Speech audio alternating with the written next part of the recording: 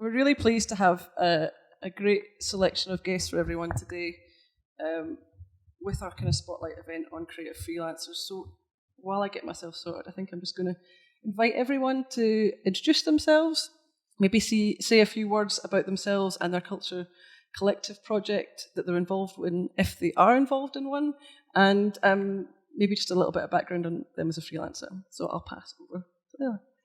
Hi, I'm Leila Josephine. It's always dead hard question. What am I? I'm many things.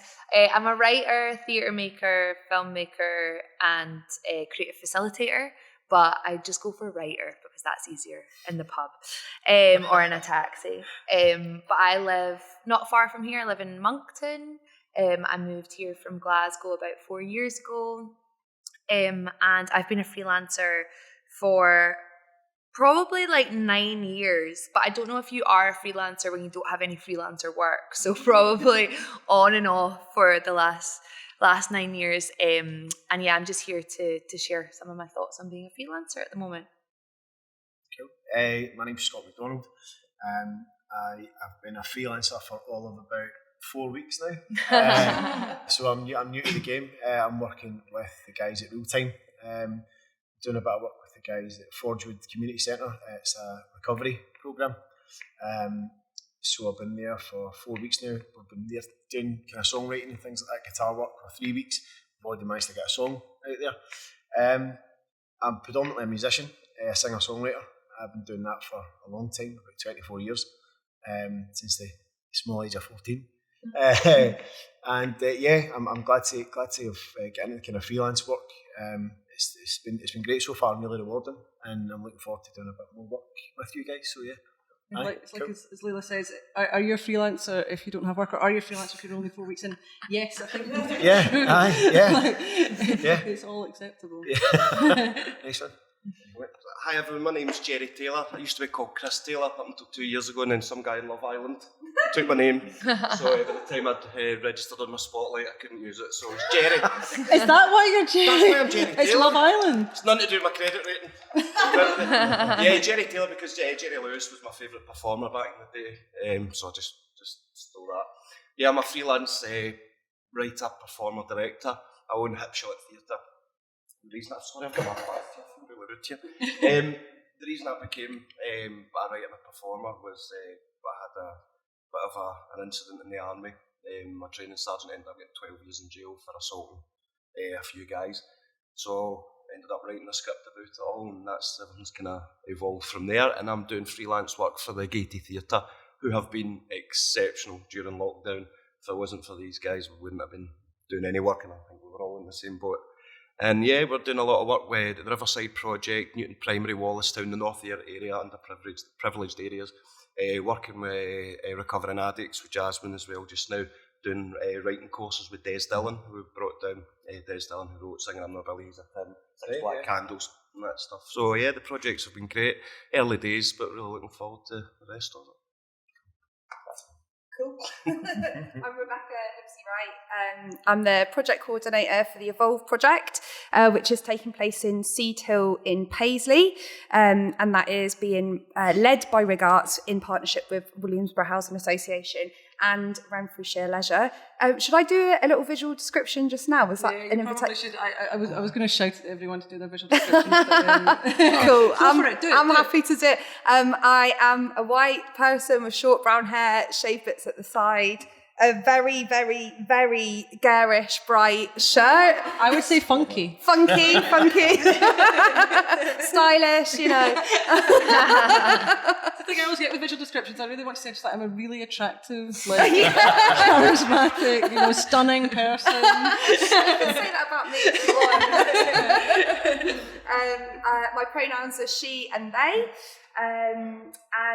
So the Evolve project is obviously a participatory, socially engaged arts project. We're delivering weekly workshops, 2 at the minute, and we're also hiring in residency artists who have actually just started, and we're going to be having 2 more in another kind of like 6 months' time. And yeah, the project aims are really to develop and help to uncover and develop a sense of place within Seed Hill, and strengthen and bring about like a greater sense of community cohesion and togetherness through arts and creativity and all that kind of jazz. Been doing a lot of jazz. A lot of jazz. My name's Katharine Mcfarlane. I am a creative writer and a creative facilitator. I'm here today with the Evolve Seed Hill project. I'm also working with the Culture Collective as Inverclyde writer in residence this year, although I am currently resident on the Isle of Skye. So I was going to make mention, like, I think you've come like the greatest distance potentially. We'll need to like put all this up. Well worth it. It's been so lovely to meet people in person, and actually this is the first time we've met in person, so it's really special. So there's been quite a lot of digital engagement within my practice, as you can imagine, over the last year or so. I've worked in community engagement and collaborative arts work for a number of years, but I've actually only been freelance since April this year, so you're not the only newbie on the panel today.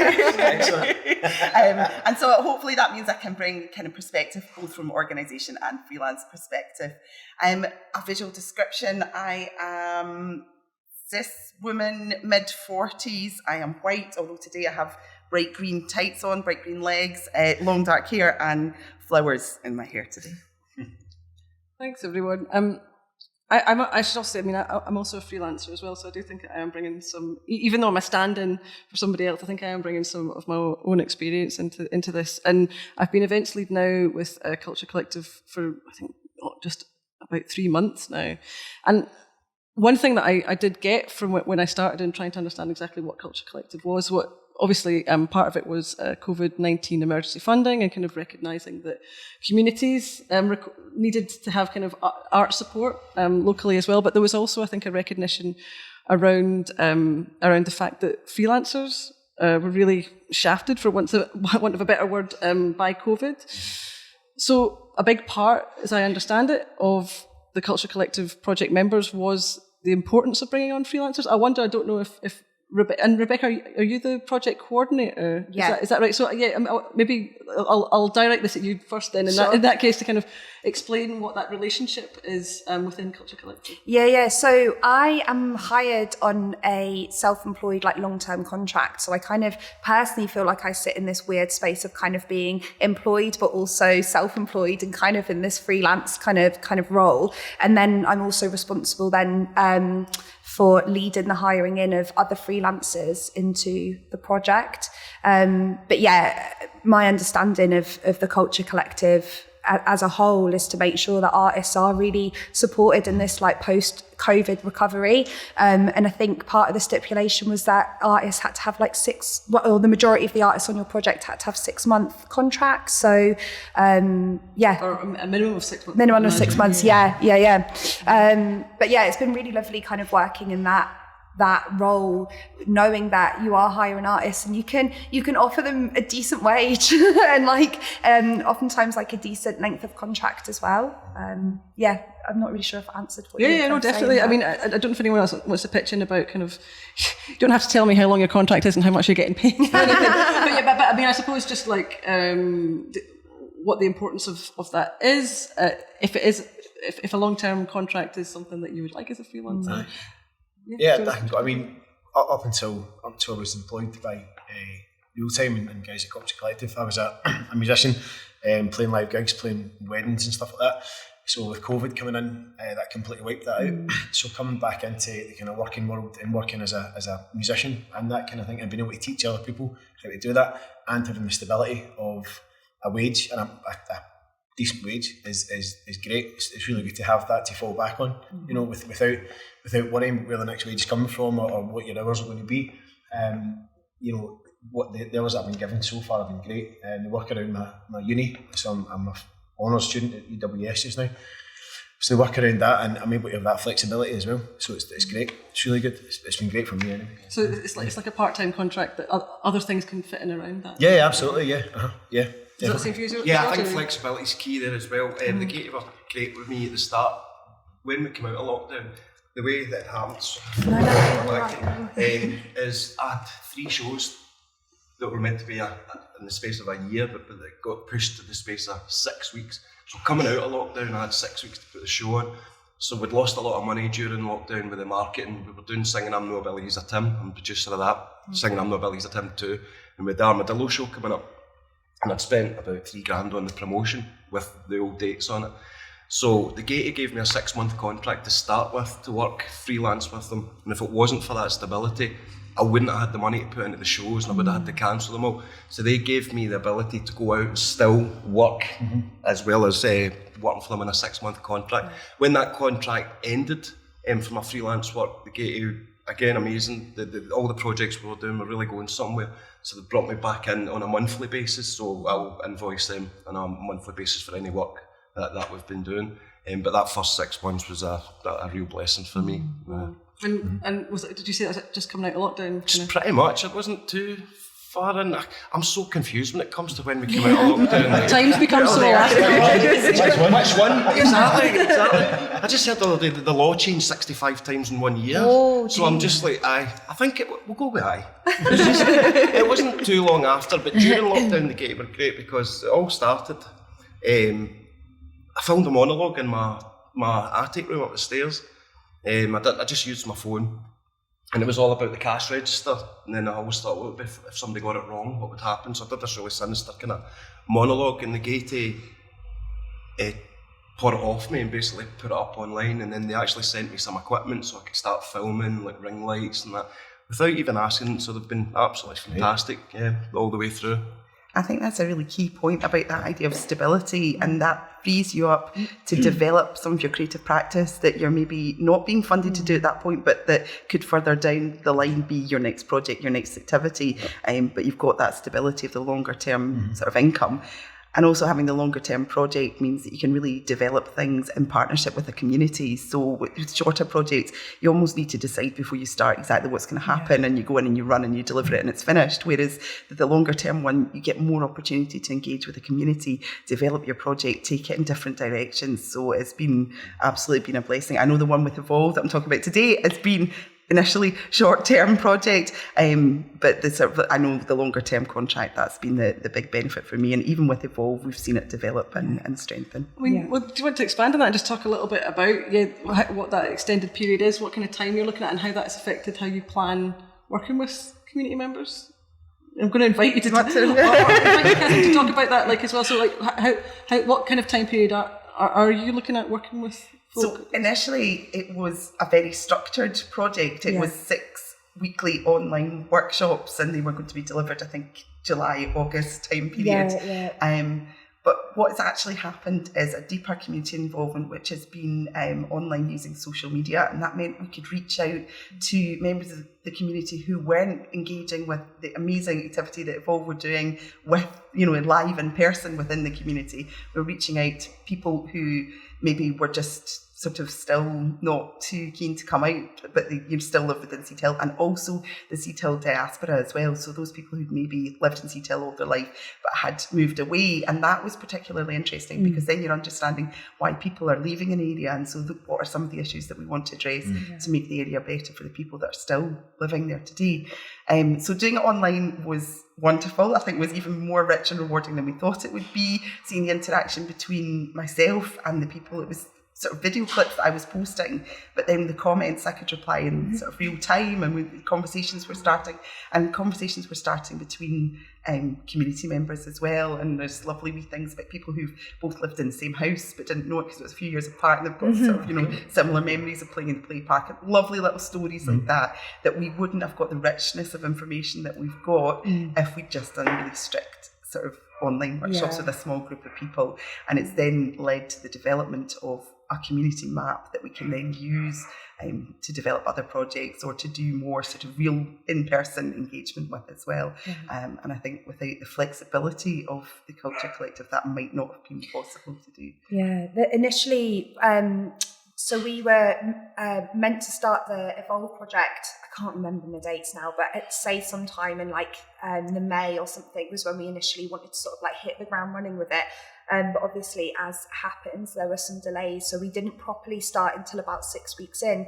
So our in-person workshop started slightly late, so we thought we'd use that time to create 2 more opportunities for 2 other artists. So although they were shorter, they were kind of like a wee bit of a bonus kind of project and hopefully a wee bit of like a bonus extra piece of work for somebody else who otherwise wouldn't be hired at that point. So even though those contracts were short, I hope that it kind of also felt like it was an additional an additional opportunity that we were able to create, and moving it from the online workshops to the digital stuff. And you've kind of kept it ongoing as well in this other way. So the initial delivery was 6 weeks, but there's sort of been an ongoing collaboration beyond that point as well. Yeah, and I think communication's been open all the way through, and so we kind of looked at this extended time frame up until Christmas of this year instead, which is lovely because it's now running alongside the in-person activity, and so I think you're seeing the sort of activity linking together a little bit as well, and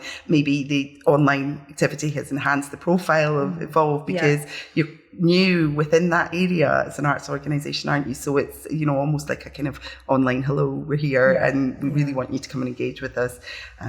So it's been a natural, organic process of evolving with communication throughout to make sure that we are both comfortable with the terms of that sort of evolution of it. The 6-week element was appealing to me at the start because it was kind of between other jobs. And so when we looked at extending it, that was part of the conversation. That if it was going to be extended, then the time that I could commit to it on a sort of weekly basis was going to be smaller than it would have been if it was just directly the 6-week workshops. And that's been fine. So.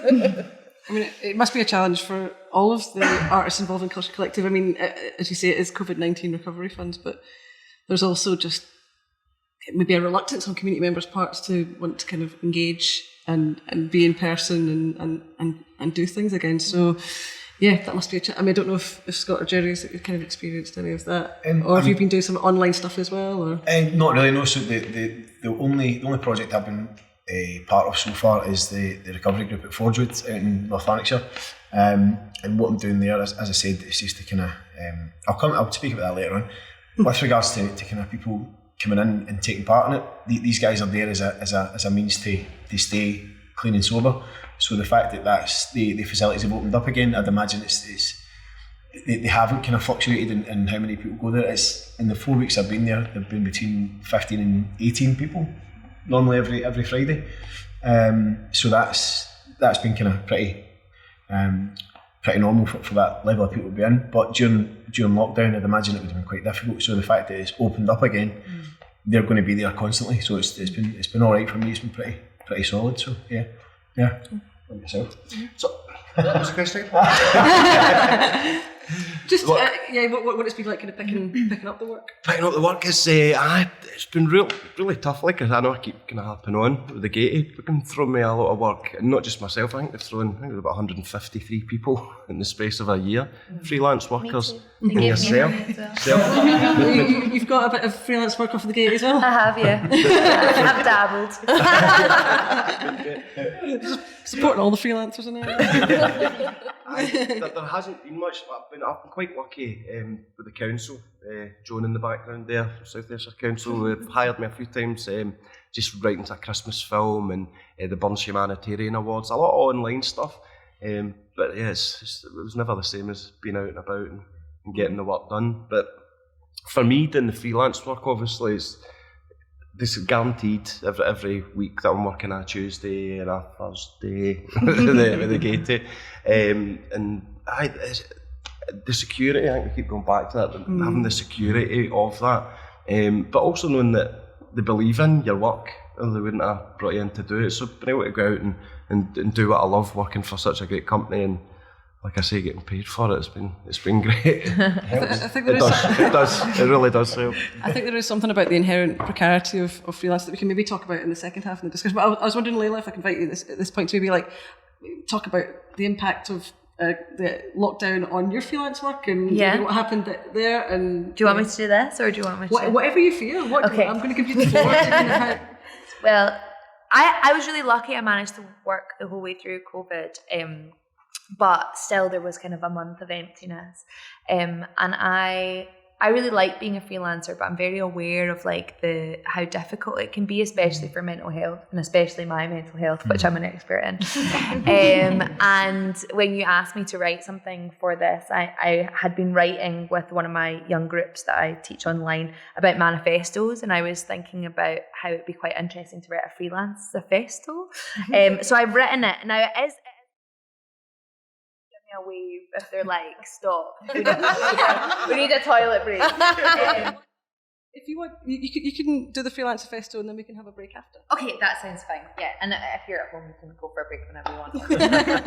And I've been working on it for the last few days, and I keep coming up with other things that I want to write down. And I'm not, because I've not practiced it or said it out loud before, I'm not sure if it's got the energy of like an inspirational speech or like a really like a Khloe Kardashian Instagram. I'm not sure what the energy is yet, but we'll just go for it. I'm just glad that we can support you as a freelancer. To talk about yourself for 10 minutes. Okay, so this is called the Freelance Manifesto. 1. In many ways, it is always good to start with the unpleasant stuff. It means that the only way is up. So let's start with this. Being a creative freelancer is lonely, especially if you work from home in an empty house. Empty doors frame empty rooms. The days can feel endless, accompanied only by the sounds of the kettle boiling, a pen scraping on a piece of paper, or the postman pushing bills through your door. You wander like a ghost, curl up in bed, watch the birds do the dishes, answer that email. Maybe you go to the shop, working up the courage to speak for the first time today. No, I don't need a bag, thanks. It's hard to keep track on days like these, the long ones. You can't remember what you did. To be honest, you don't have any proof that you existed at all. Well, apart from the ticks on your to-do list. And that is why you should always keep a to-do list. 2, being a lone worker means that your battles are usually your own. A problem with a contract, a misprint, a Twitter troll, an unreasonable organisation. It can be hard to measure the issue without a colleague to bounce off over the water cooler. You go over the problem in your mind until it becomes something else entirely. You practice the arguments so you get them right. Both your voice and the other person's ringing in your brain, a kitchen sink drama vibrating off the sides of your skull, and you're good at it, so your body reacts like it's actually happening. You get sweaty palms, your face flushes, your cholesterol fizzes in your veins. Have a friend you can call in these moments, or write it all down. Don't store it in your body. Do not reply until you are calm. 3, the goalposts move silently when you're not looking. Find a way to celebrate your achievements, or they pass by like ships in the night. Write them down or put them on the wall. Just know that they will never happen in the way that you expect. 4, you will never get invited to a Christmas night out. So you have to organise your own. For authenticity, I usually dress in office attire and whinge someone I probably shouldn't be whinging under some plastic mistletoe. Number 5. A solution to number 1 to 4 is to build a community for yourself. I live for the days I am amongst other living things, the days I get to say good morning, the days I am offered a coffee or a biscuit. Today I've been offered a caramel wafer, which is good. The days I am told thank you, or have you thought about doing it in this way? Make sure you at least have some work with others, or a creative freelance career is nothing more than a time pulling at your hair and going crazy on your own. 6, get a paper diary. The online ones are a faff. It is your anchor. Do not lose it. Number 7, pay an accountant. Don't do your tax yourself unless you're a psychopath or a Virgo. You will never get that time back. 8, carve out a routine. This doesn't necessarily mean 5 a.m. yoga followed by meditating on your intentions in a cold shower. If that's what works for you, you go for it. But if that feels like too much of an ask, just do one thing every day at the same time. Maybe you get up at 10 or read every night with a face mask on, or maybe it's just reflecting on your day in the evening. 9, don't get mad at yourself if you're not a morning person. You're a freelancer, so you get to choose what the fuck you want to do with your mornings. Are we allowed to swear? Yeah, fuck it. Okay. And lions are glorious. Be grateful you're not on somebody else's schedule and do a bit of extra work in the evening if you have to. 10, never feel bad for resting. 11, leave your house, go on a walk. If you have work to do, find a cafe. If it requires 1 to 2 hours, go to a small independent business. If it needs an all-dayer, find a Costa. They don't give a shit about how much you buy or how long you stay. Use libraries if you have one nearby. An office space costs a fortune. Costa gives you a seat, Wi-Fi and a cake for so much less. 12, bribe yourself to do the things you don't want to. A glass of wine, a box of chocolates, a cigarette. 13, buy a printer. 14, don't teach for the money. Teaching may be the most important thing you ever do. It is an honour. Tread softly, because if you don't, you could be the reason that person says, oh, I'm just not that creative. If you're going to do it, work at it, get better at it, treat it as part of your practice, not a side hustle. Do not build a hierarchy. Compliment everyone and everything. Take time to build positive relationships. Everyone is entitled to a creative life and you hold a key. Don't do it for the sake of it. It's all too important. 15, learn people's names. Even if you have to ask multiple times, it shows that you are listening, that you are present, that the person in front of you is valid. 16, this is a controversial one. Learn to drive. Yes, I know it's not good for the environment, but there are people that need you and they're not always in the cities. 17, charge for your travel and materials. 18, don't undervalue yourself. Creative people can be scared of money. They sometimes feel like they don't deserve it, but you do. It doesn't make you a Jeff Bezos supporting capitalist. Think more positively about money. It is an energy you can utilize. 19, invoices are the best thing ever. Make yourself a fancy template with your favourite colours. Getting paid is class. Make it a wee celebration. Stick on a late fee in case those fuckers fuck you about. Make a spreadsheet to keep track and make the sound of a till opening every time you update it. 20, be honest when you've done more than what you were paid for. Most organisations won't realise until you tell them. Most are good enough to pay you extra. 21, for the big organisations, set a higher fee. Fuck it, just set it as high as you can. For smaller ones, let them know your standard, but if you want to do the work, tell them that you are willing to negotiate. If you want to do it for free, do it for free. 22, turn off your notifications. Yes, even your emails. You are not a firefighter. You are not on call 24/7. 23, make sure you have a wide circle. Don't just be friends with creative people. It will make you completely out of touch. 24, do not start a relationship with people in the same lane as you. You will just fall in love, make shit art, compete, and then destroy each other.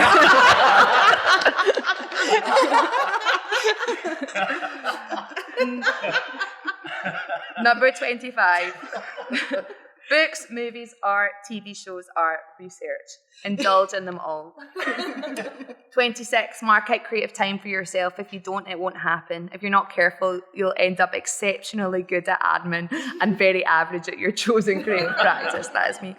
Number 27, ask for help with funding applications. They are fucking impossible. Get someone to proofread it for you. Create a team and don't do it yourself. Know that you're committing to a lot of work for money that might never happen. 28, lower your expectations to avoid disappointment. You are not owed anything by anyone. 29, really think about it before you post your successes on social media. It is a dagger to others that haven't been so lucky this week.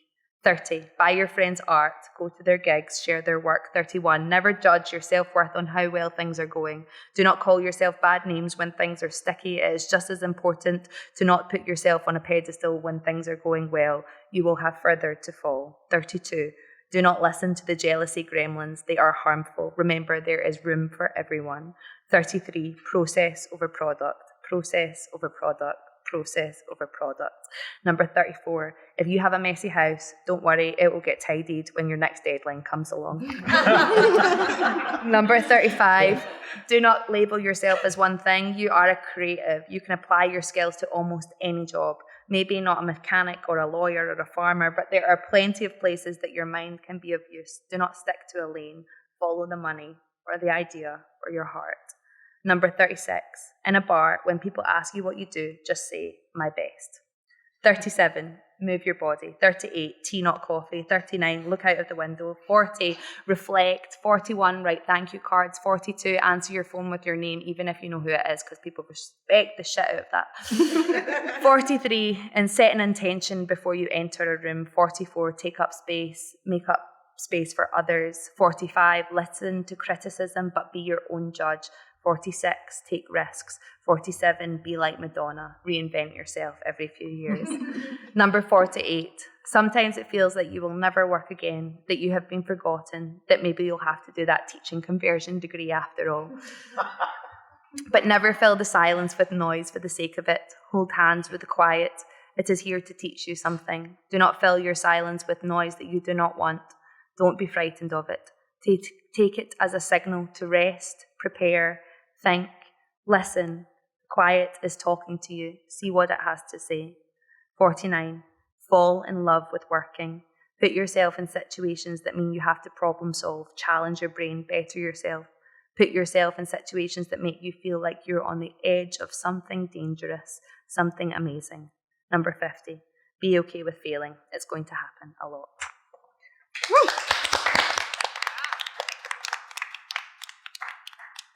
That was brilliant. Thanks so much for that. And I think there's loads in that we can pick up on maybe in the second half. So shall we take like a little 10-minute break just to give our captioner a bit of time, and we can like fill our glasses here and you fill your glasses in wherever you are, and we'll see you in 10 minutes. Thank you. Yeah, Leila, thanks so much for that. It felt like you put and summed up quite a lot of the freelancer experience in that kind of short period of time. Maybe just invite anyone from the floor or of our speakers to maybe mention something that from that struck with them. I mean, I think definitely one of the things that there's a number of things, but the Christmas night out. Yeah. Well, actually, I've got a mate who's a freelancer, and we're having a group. Great, I'm there. Yeah, exactly. You're welcome to. And there's also something that Inc, who's our event host for the very first event, ACT, was talking about kind of rest and about rest being like resistance. It's an important thing to incorporate into your everyday because of mental health challenges and the loneliness that you can get through freelancing. But there was definitely something around kind of the battles being your own, and that's something. We're sorry that Heather couldn't be here, but Heather Parry is one of the writers or co-writers of the Illustrated Freelancer's Guide, and one of the things that they were really keen, her and Maria Stone, who's our beautiful illustrator for this series as well, one of the things that it was really important for them to do was to create a kind of practical guide, especially when it comes to things like invoices and late fees and stuff like that, because it does feel sometimes that you're just recreating the wheel every time you're being a freelancer. So that's something that struck me, and I think there's also a link to the Illustrated Freelancer's Guide on the Culture Collective website. There was also a question from Zoom about whether the Freelance Manifesto will be available. Will it be available? Yeah, I'll make it available for sure. Cool. Maybe we could stick it on the library archive. Sounds good. On our website as well. But yeah, just invite anyone. Is there anything in particular that kind of like really resonated with? It's definitely made me rethink wanting to be a freelancer. Don't do that. No, I thought it was really good, really interesting, and it's certainly given me kind of more of an insight into what's involved, and what's needed, especially buying a printer and learning to drive. I need to do the things immediately. But yeah, I thought it was great. Really enjoyed it, and as I say, it's kind of open my mind up a bit more as to what's going to be involved going forward. So thanks very much. But imagine like being a musician is quite a lot of similar. Yeah, absolutely. It's just it's being more professional about it and not just kind of going, I've got a gig, cool, I'm going to turn up to a gig. So but yeah, thanks for that. It was brilliant. Thank you. I think what resonated with me was, I think a lot of us will agree with this, is when first being a freelancer is how do you ask for your money? The anxiety I would get for asking for money that I was owed, and I'm still, I think from a few years ago, I probably haven't chased up some. I need to look at that actually. But that's a lot of late fees. I was always so like you say, like I believe in my work, and you should sell yourself and chase the money, like you say. But I think after the first time that I really just went, right, this is the money that I need, and this is when you pay it. And I said, I proper got a grip on myself, and I'm ruthless now. But at the start, it was one of the toughest things for me was to ask for the money that I was owed. Yeah. Sometimes lots of money as well. And sometimes people, I think, make you feel that way as well. Yeah. Like you're not your worth. We know the whole exposure thing as well, like come and work for your exposure and everything. Right. So chasing up money sometimes, I felt at the start, I don't know about all of you lot as well, was always the toughest thing for me. But I think definitely the concept of kind of undervaluing yourself or something. I didn't like. I remember like going, I will not work for free. Like no way. And like I was approached by like a big organisation who were like, oh, we've got some delegates in town. Would you like to come and talk to them? And I was like, but what is the fee for this? I will not work for free. And they were like, well, how much do you want? And I was just like, 50 quid. And they were like, yeah, sure. I was thinking to myself at the time, I was like, they would have probably paid me 500 quid if I'd said it. Do you know what I mean? Like, but there's that thing about undervaluing yourself as well. And like, where do you actually get the rates? I mean, I often look to Scottish Artists Union rates, so I'm not an artist myself, but I mean, I kind of use that as a guide to go, well, you know, someone of my experience in my field should be getting paid maybe around this, I think. And like, I just, every year I can up it 50 quid. But that's something that's always at like the forefront of my mind, because I'm in this weird position where I work as a freelancer. I work in this project coordinator role part-time, and then I freelance doing other stuff in my other time. And in this role, like I said earlier on, I am in this privilege of having this long-term contract. It's set hours each week, it's a set wage each month. And I'm hiring in other artists, and something that I will like repeatedly say to all of the artists I work for is like, if you work more than what we've initially agreed, you tell us, because this budget is flexible. And my manager Katharine is watching, so I think we're on board with that. That's what we do, Karen.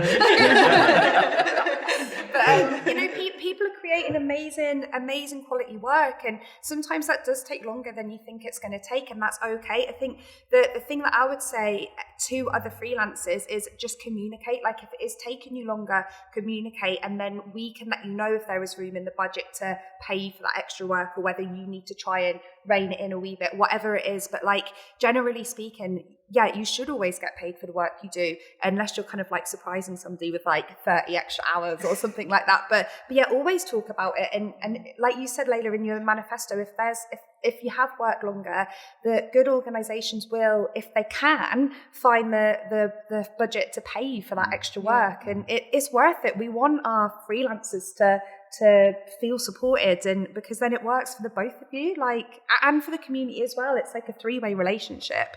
And I can vouch that definitely does happen with regards.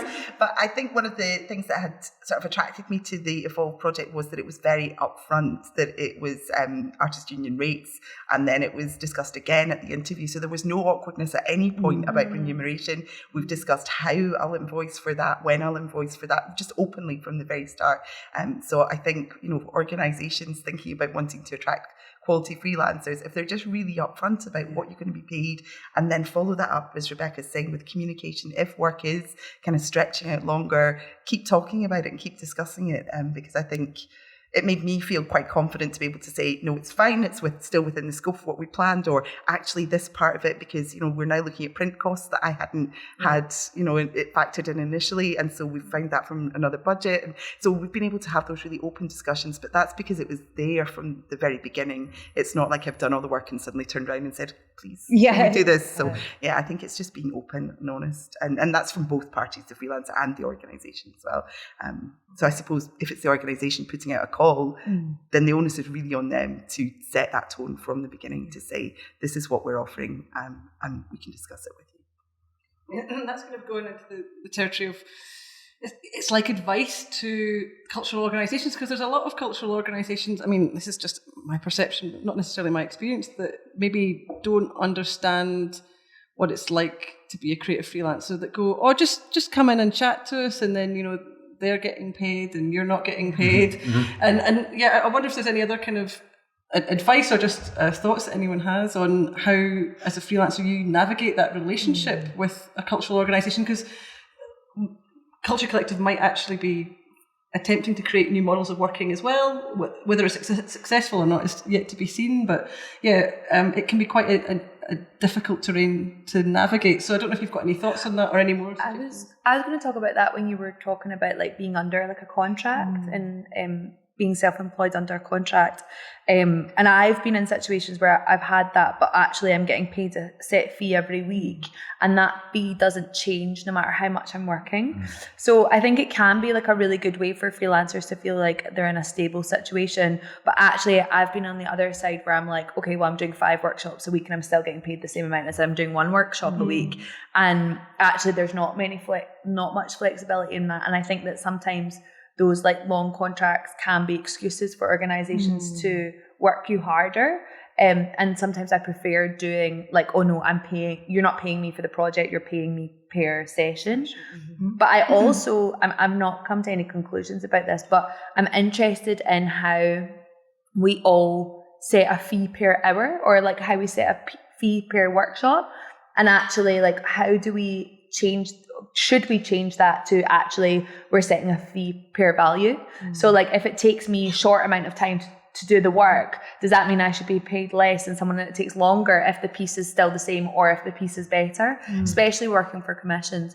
And I think that's an interesting concept, and I don't know the answer, but it's been something I've been thinking about for sure. But surely if you're more productive, if you can still do the work in a short amount of time, doesn't mean you should be getting paid less for it. But if you're saying, oh, well, I can do this work in 2 hours, and you're getting paid for those 2 hours, whereas someone's like, oh, that's going to take me 3 weeks, they're going to get paid for 3 weeks.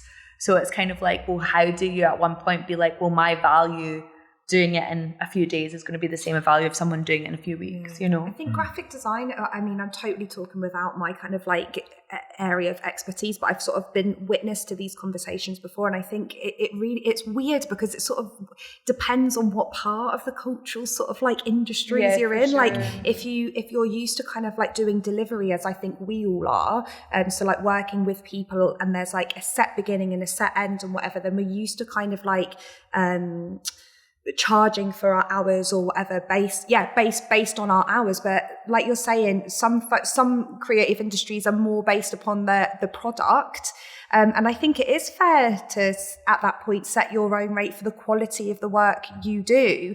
Sometimes you don't know if the quality is going to be it could be $3,000 or it could be 50 grand. Could be $3,000, could be shite.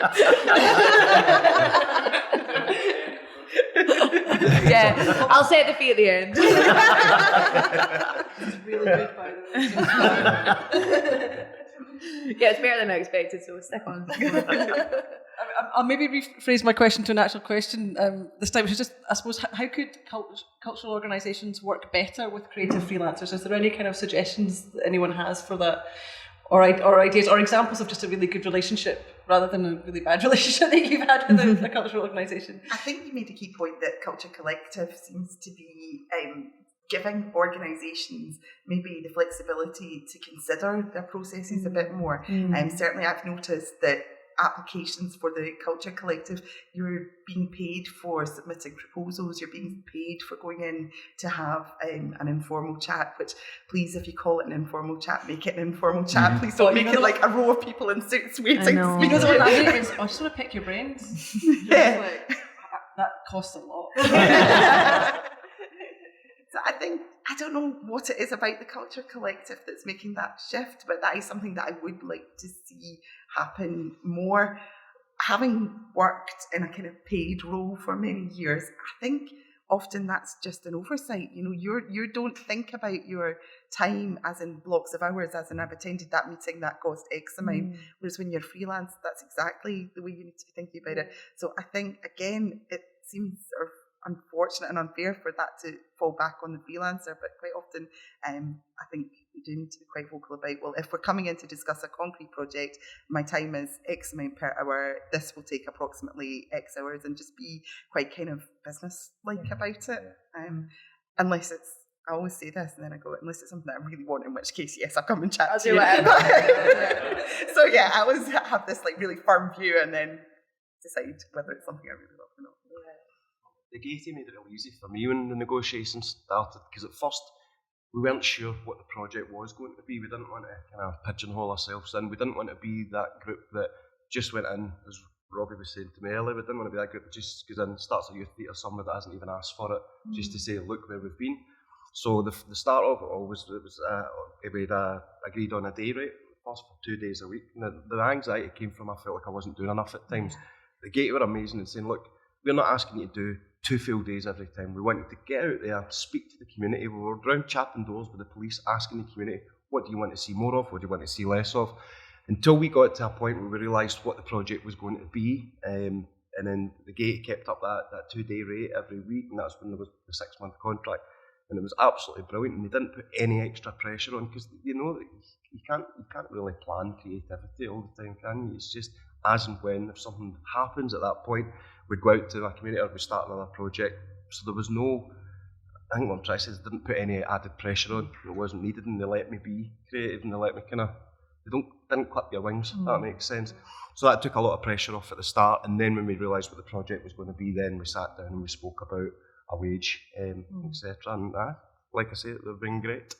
Have I said that yet? I think you've earned your money today. Was I getting paid for this?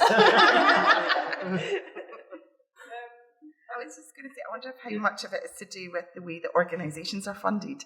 So their funders are funding them to deliver projects with specific outcomes and aims and objectives. And there's not really a lot of development time built into that. Whereas with the Culture Collective, there maybe is more development time, more scope for meeting artists and working collaboratively in that way. And so it's maybe not the organisations that need to reconsider how we work together with freelancers, and potentially it's talking about how they're funded to work with freelancers.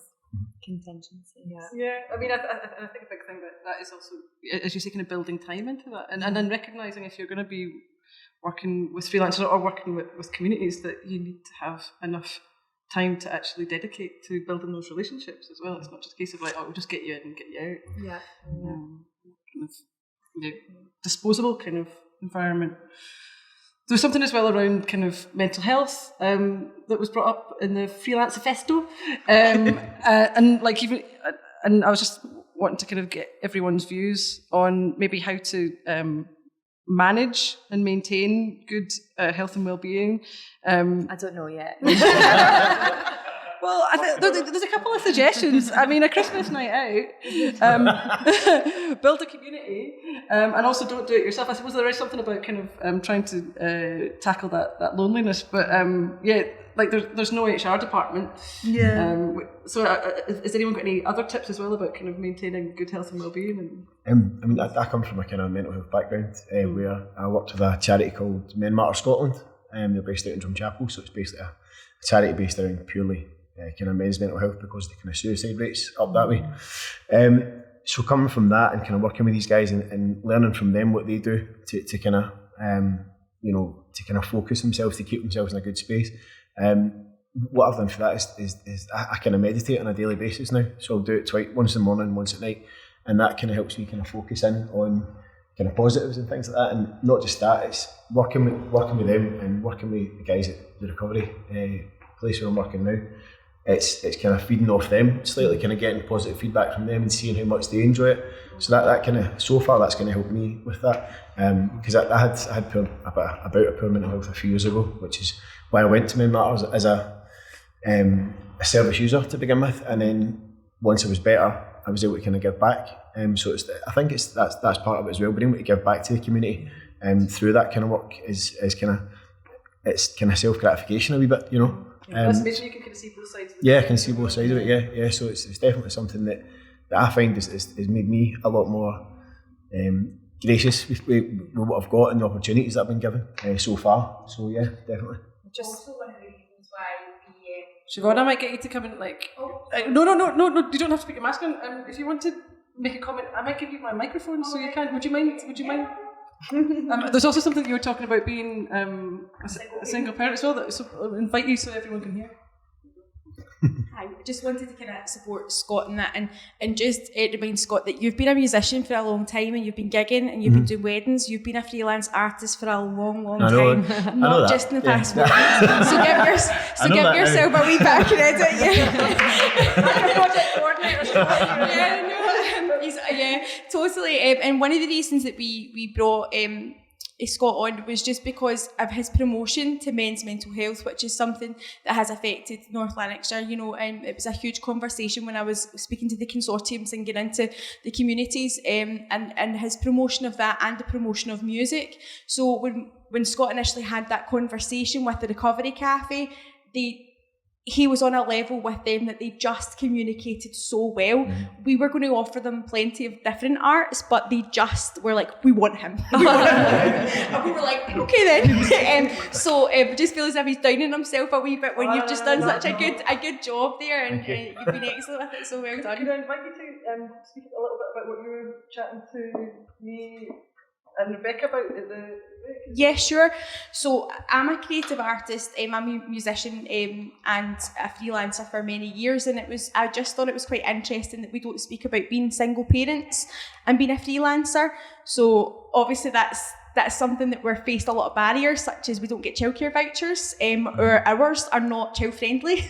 You know, if we have a gig, my background's opera, so if we had, you know, a concert to do, or if we're on tour, then who do you turn to? What happens? And for me personally, I adapted my life to suit my child, as you do as a mum.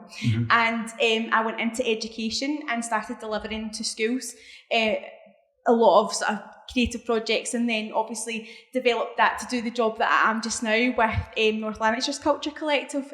But it's just been a real struggle personally, I think, for me, because I've had to rely on parents. I was not supported, so all of the money that I made, majority of that was going on childcare or babysitting at night time, and you don't get a break either, because you're being a mum, and then you're working, and then you're trying to manage all these different hours.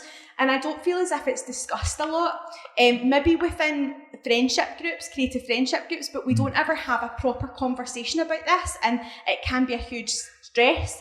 You know, why are we adapting our lives, and why are we not supported? And it was just, I'd love, I'm going to do a wee personal plug, because this is something that I've been thinking about a lot myself. I was a single parent. Well, I was single from the point I got pregnant up until my wee one was about 2.5, which is when my partner sort of entered the picture. And even having a partner, having a new partner, you've not started off your family together.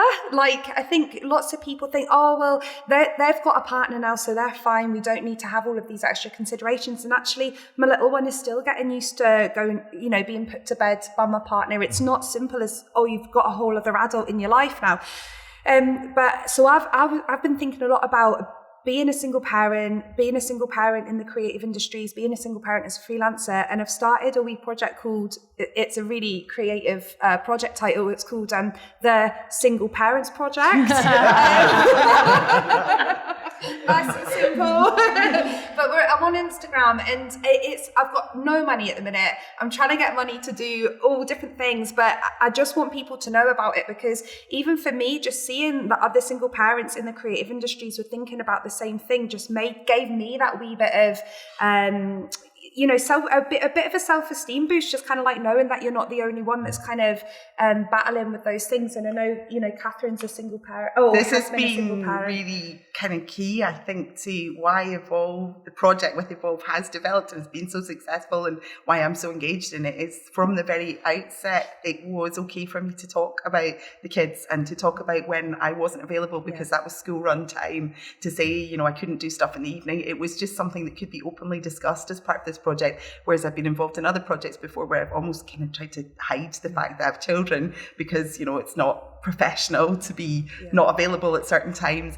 And there's been so many amazing, wonderful opportunities that I've had to turn down because the fee didn't even cover childcare costs and travel. So it's definitely another factor. And Layla, I agreed with almost everything in what you were saying, nodding along and going, yeah. But the loneliness, I ache for a day of loneliness. I just want to be alone for literally 2 minutes, please, between my children and dogs. And so I think maybe that's a bit of it as well, is recognising that we're all people, we've all got different backgrounds, we're all working in different circumstances. You know, you might be there with your 3 screens and printer and mic and everything, or you might be sitting in like temporary accommodation without half your stuff because it's in storage. And so everybody's kind of coming from different backgrounds, different experiences. And so, you know, it took me a long time to feel confident enough to be able to say, no, I can't do that because of X, the kids or whatever, and to know that another opportunity would come along, or hopefully that organisation might be able to sort of be a bit more flexible and change things around so that we could still work together. But that was, you know, years. Having kids is an access thing for sure. Like, and I think being a single parent changes that access, and I think that's something that, I mean, I think the Culture Collective funding is incredible, and as you've been speaking about, I think it has allowed us a lot more time for reflection and focusing on process instead of product. And I think we as a country or whatever, like, need to go one step further, and actually I think you need to have your project funding, and then I think you need to have all of your access funding that you don't even need to apply for. That comes as standard in addition to any funding you get. And I think that needs to cover things like childcare costs, disability access, like access for things like therapy and coaching for people who come from marginalised backgrounds or have mental health conditions. Like, we need to think really broadly about what access is and supporting our freelancers. And I think, unfortunately, in the creative industries and in the freelance industries, so many brilliant people are disadvantaged because it's not regular kind of work, or you know, you're having to reapply for your job every 6 weeks, month, whatever it is, you know, because you're doing the same thing just with a different organisation, or even sometimes with the same organisation. So I think we really need to think about access in the broadest sense. Sorry, that was my big impassioned speech. And if you're ill, or if there's a chance that you might get ill, I mean, what kind of support is there for? And it seems that if you get ill and you can't do the work, then you just don't get paid, and that's kind of not acceptable either. Then talking back to the mental health, and one of the things that you brought up in your manifesto was you're not a firefighter. Yeah, don't need to answer everything. And I'm still to this day, I'm so bad for it. But I'm my own worst enemy when it comes to the mental health side of it. And we'll go back to one of the other things you said, don't respond straight away. Especially for me, first thing in the morning. Yes. I'm the worst. See the amount of trouble I've got myself in. And I mean it. I think, Robbie, you've been at the end of it once as well. But I do it. I wake up in the morning and I answer an email, and then halfway through there I go, what the hell? I'm like, why am I so grumpy about that? But then it affects my own mental health, so I'm damaging myself because I feel like I have to respond straight away. But I'm getting a little bit better. Have a cup of tea, a wee walk, Valium. I'm only kidding. Don't touch your stuff. But yeah, so learning how to do that, and like, I love that you're not a firefighter, and it's so true. And but I think some people in the industry don't help, because it's like, I don't know if you've ever had this experience. They send you a message and you can't respond to it, so then they send you the same message on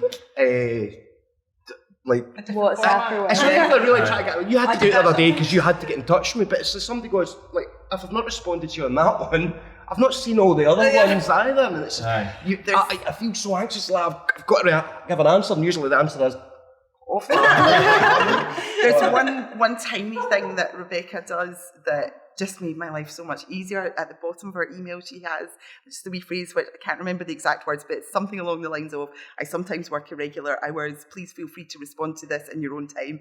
And that just takes the pressure off so much, because, you know, you can look at it, read it, and then think about it, you know, go and check so what your response is going to be, feel comfortable in your response before you go back to it. It completely takes the pressure off. So it's such a tiny thing, but what a difference it makes. Transparency, and just being really transparent about kind of your own capacity and capability, and then it kind of encourages other people to be a bit more transparent about theirs as well. Yeah. Maybe I should put that at the bottom of my mind. There we go. I won't reply, Mom.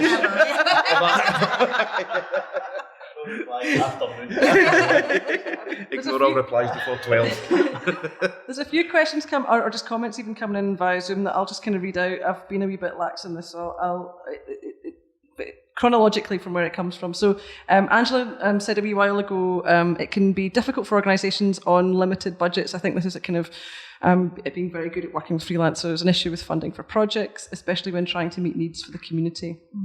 However, we set the precedent, and good for freelancers to also set boundaries. This is kind of what we're talking about now as well. Yeah, setting boundaries, time, monies, capacity within fees. Agreed.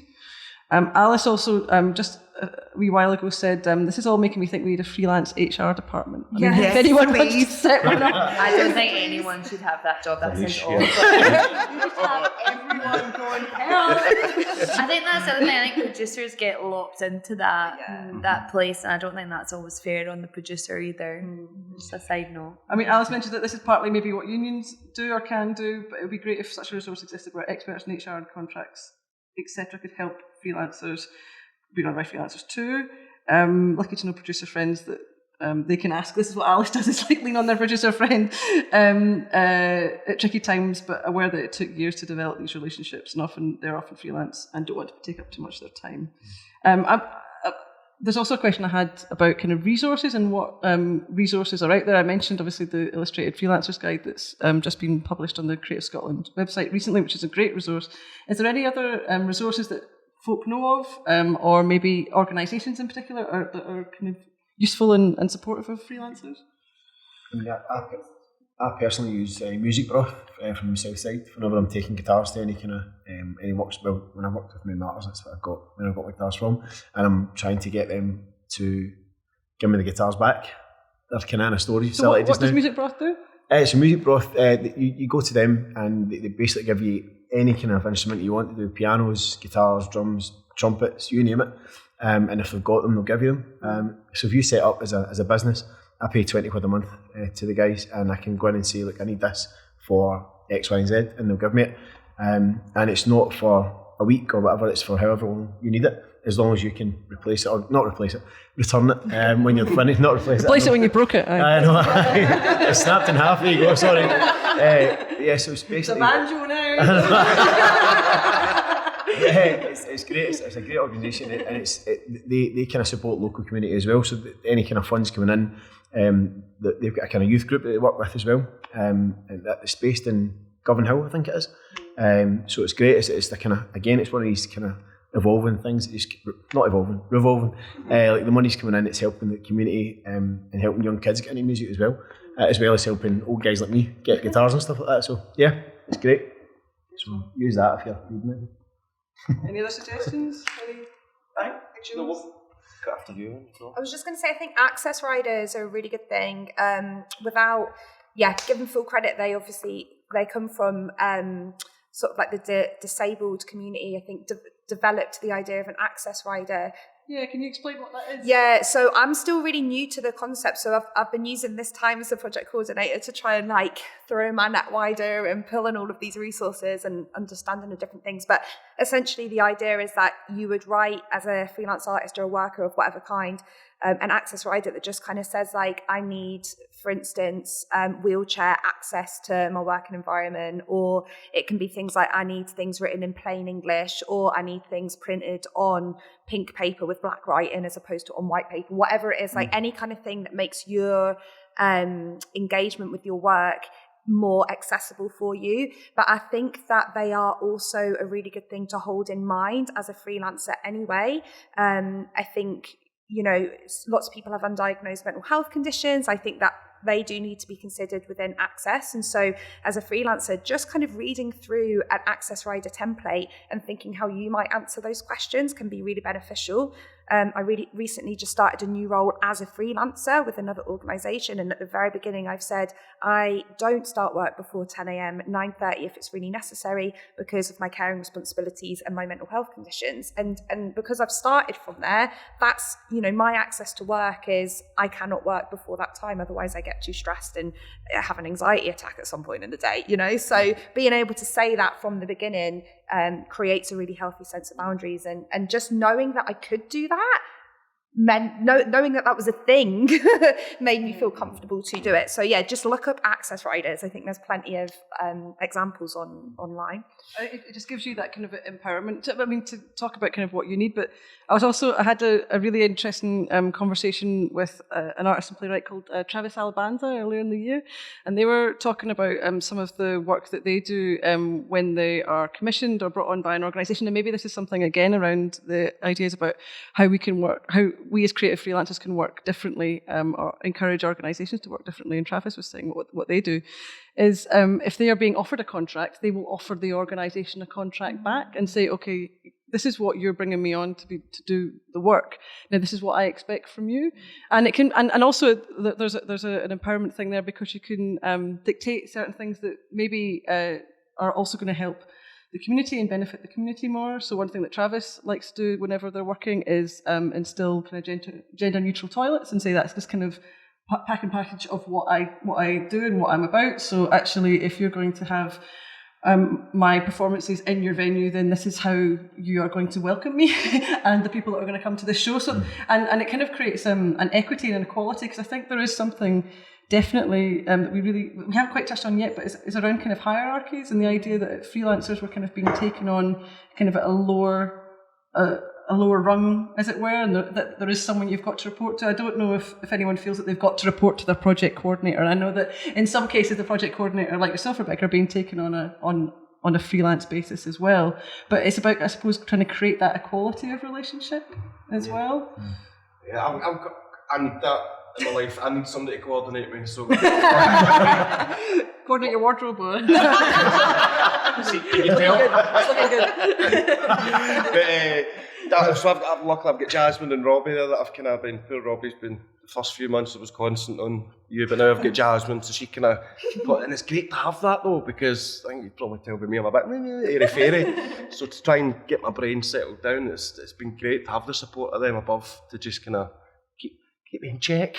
Would you say go cheat in check? No, I'm only kidding. No, just to kind of support.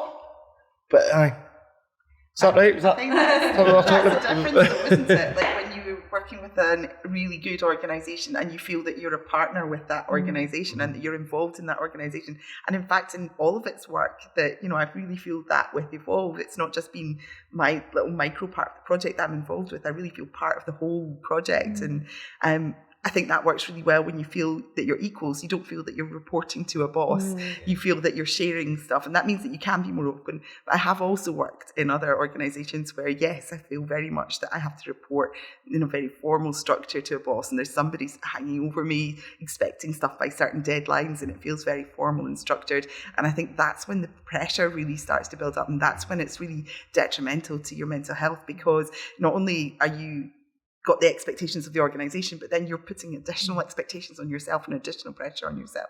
So it's almost about creating that balance of equals, and how you do that is the question. And I'm not sure I have the answer, except that it's been about open and honest communication. And I think because Rebecca is, you know, informed about things like access requirements, she's been very open about asking questions from the outset that then makes me really comfortable to answer those questions and take it the next step further to say, and also I may require this, or could you please consider this?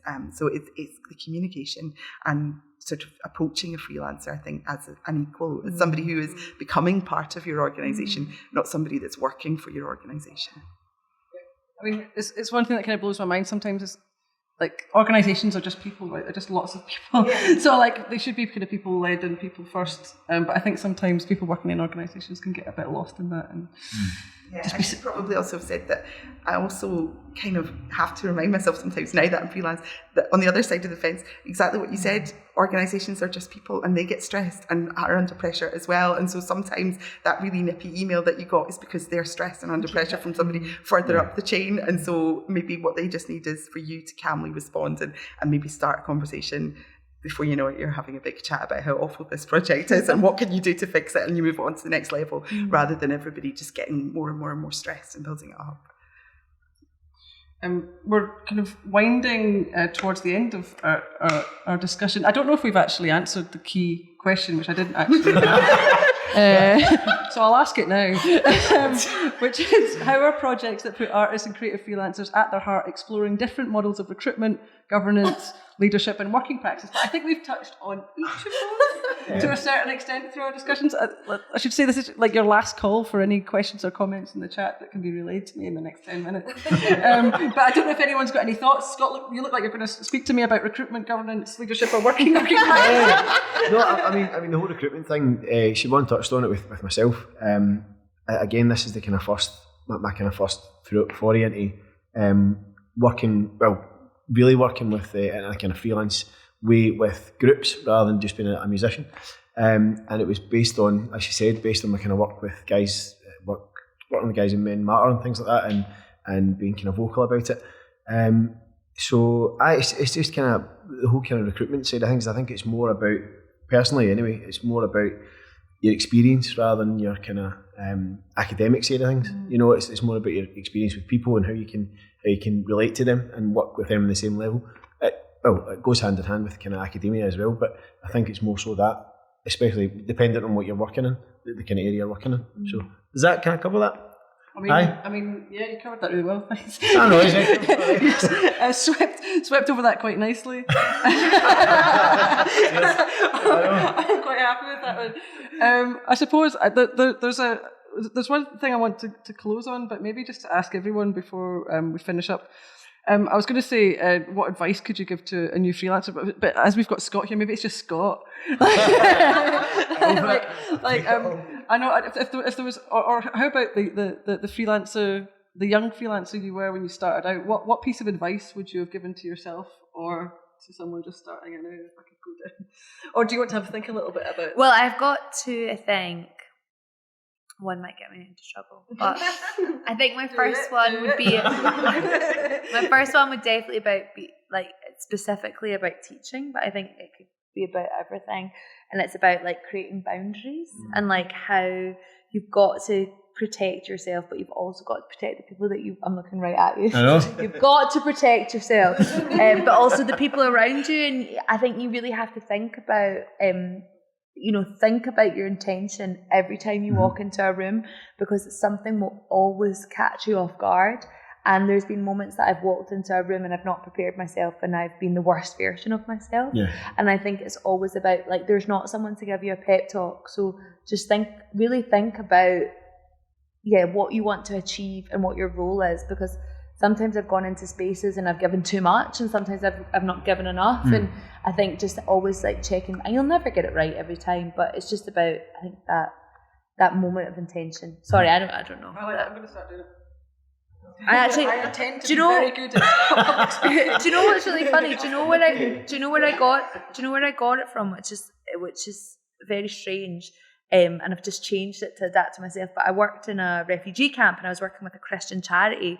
And every time in the car when we arrived, they would say a prayer. And the prayer would always be about what they were there to do. And it was never like, we're there to teach them about the church. It was always like, we are there to give these people a safe space, or whatever it is. And actually now I've just adapted it. So then whenever I walk into a room, I go, okay, well, what's my role here? What am I here to do? And that's always created a wee boundary for myself to know what's for me and what's not for me, and what's for the room and what's not.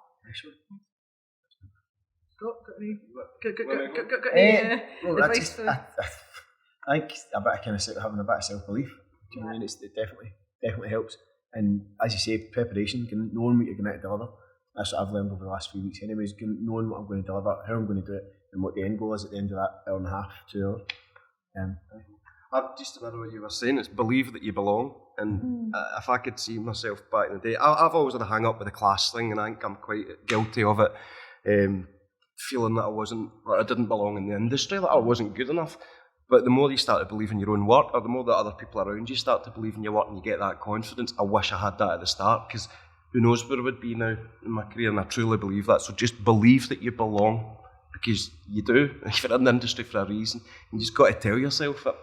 And then that's some advice I give myself. And don't take that magazine out your dad's drawer when you were 12. Mind boggles. I think mine's specifically thinking about if you're a freelancer within an organisation, but ask what support structures are there for you, because they might not always be evident, or if an organisation has been established for so long, they might even forget that they've got them. But even things as basic as I know it's not basic really, but if you're working with vulnerable groups, ask what safeguarding policies are there, ask what the procedures are, if the policy is that you are getting paid for your travel, ask that, make sure that you know how you are supported, who's the administrator, who, all of that kind of stuff, and ask what you are responsible for within your role. Don't think that you have to take everything on just because you've been hired for this role. There is usually somebody else who's able to help out with the wee basics as well. Yeah. And I suppose mine would be get to know who you are as an artist and what your aims and objectives are. I've always worked with organisations that have 5-year strategic plans. And so having to sit down and think, well, who am I? What are my aims? What are my objectives? Where do I want to be moving towards? And what sort of communities do I want to work with? What do I want to achieve? And being really comfortable with that. And that took me a long time to get to that point and to understand myself well enough. And then to be able to say no if the organisation didn't match or align with my own aim or objectives. That was quite a challenge, because obviously if they're willing to pay you, then you want to say yes, but sometimes it needs to be no, and then there will be another opportunity. So it's that trusting that there will be another opportunity further down the line. Great. I mean, that's all really valuable. Thanks so much. And just to close, I was looking through the Illustrated Freelancers Guide last night and just found this little section that I really like, so I thought I'd just read it out to you to close today.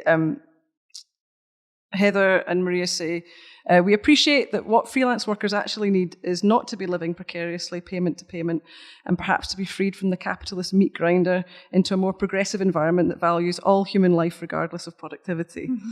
We support this completely, but until that happens, there are things that we can all do to protect ourselves and our work within this system. And I hope that today you've maybe had a couple of insights into how to do that. So just to close, I'd like to thank all of our speakers. So from the end here, Katharine, Rebecca, Jerry, Scott and Layla, thank you so much at home. I hope you've enjoyed it. Get well soon, Heather.